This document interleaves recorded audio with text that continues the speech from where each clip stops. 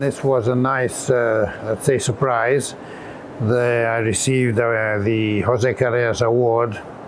And it's interesting, the story of this, because the José Carreras Award started in 1999 when we organized the EHA event in Barcelona. It was the fourth EHA event in Barcelona, and it was myself and Emily Montserrat who were the two persons in charge. Montserrat from Barcelona, and I was the chairman of the scientific committee.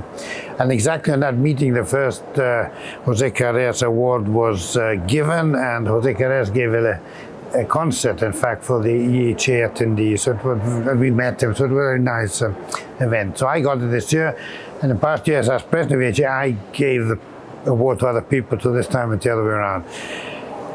So nice, I'd already received the award for the education and mentoring, so this is the second one I get from EHA, where I spent a lot of my time, so I'm very happy about that.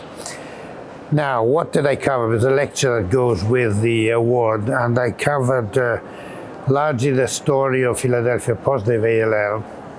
But since it's an award, not just a congress, I did a bit of the history, why I was involved in many aspects that lead to immunotherapy, the control or the activation of the host immune system. Because what I will say, or have said, I will say here too, is that immunotherapy now plays a role in the management of Philadelphia positive ALL. And I've had an interest in lymphocytes outside the neoplastic clone in hematological malignancies, so the accessory cells, T and K, etc. for many years, and I showed that I started that, I shouldn't say, but in the late 70s, when I was working in London at the Hammersmith Hospital, the MRC Leukemia unit, and in particular with Danny Katowski. And I started those years working on the T cells in CLL, which is a B cell disorder. And therefore I just put a number of papers I published over years on that, on the immune system in hairy cell leukemia, on the role on the crosstalk between accessory cells and leukemic cells, on the role of cytokines, interleukin-2, TNF, interferon gamma. Then we worked on the possible role of interleukin-2 for the treatment of leukemia, starting with the fact that in those days we could activate lymphocytes and generate so-called lymphocyte activated killer cells. And we showed defects in chronic and acute leukemias. We treated patients with interleukin-2. We were just about the first to do it in AML in particular. We saw the effect in vivo interleukin-2 on the host immune system.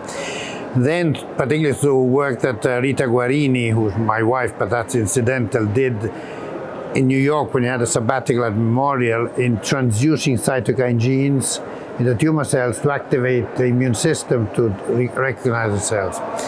So a very long story, and then we activated the recognition of NK cells in acute leukemia, and we even published a paper with expanded NK cells, not CAR Ts. This is a hype of CAR T, there's expanded autologous NK cells, and we published a phase 1 study to treat MRD in Philadelphia positive ALL. So tie all together to say my interest in the immune system in patients with acute and chronic leukemias, and obviously on immunotherapy. So that goes to the Philadelphia positive ALL. So we've had a very special approach in Philadelphia positive ALL that starts in the year 2000, so that's 23 years ago, when we started treating the elderly patients with frontline without systemic chemotherapy. We gave the first tyrosine kinase inhibitor.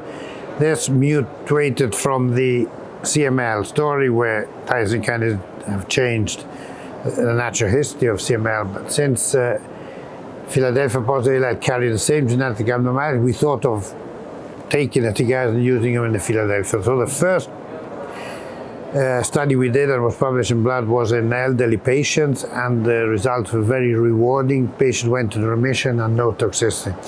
So then we did many studies of many years with second generation TKI, all adult patients from 18 years up with no upper age limit.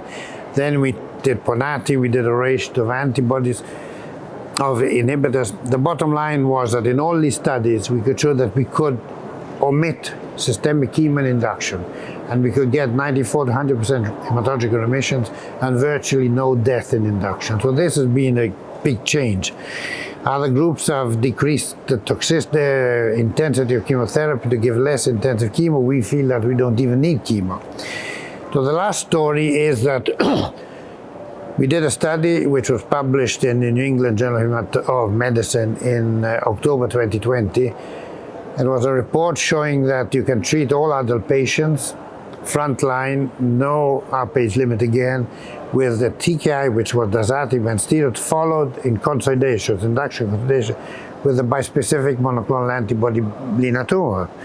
And the primary endpoint was a rate of molecular response after 2 cycles of Blina. It was 60%, so we reached the endpoint of the study. We showed that with further cycles of Blina, you could increase the rates of molecular responses.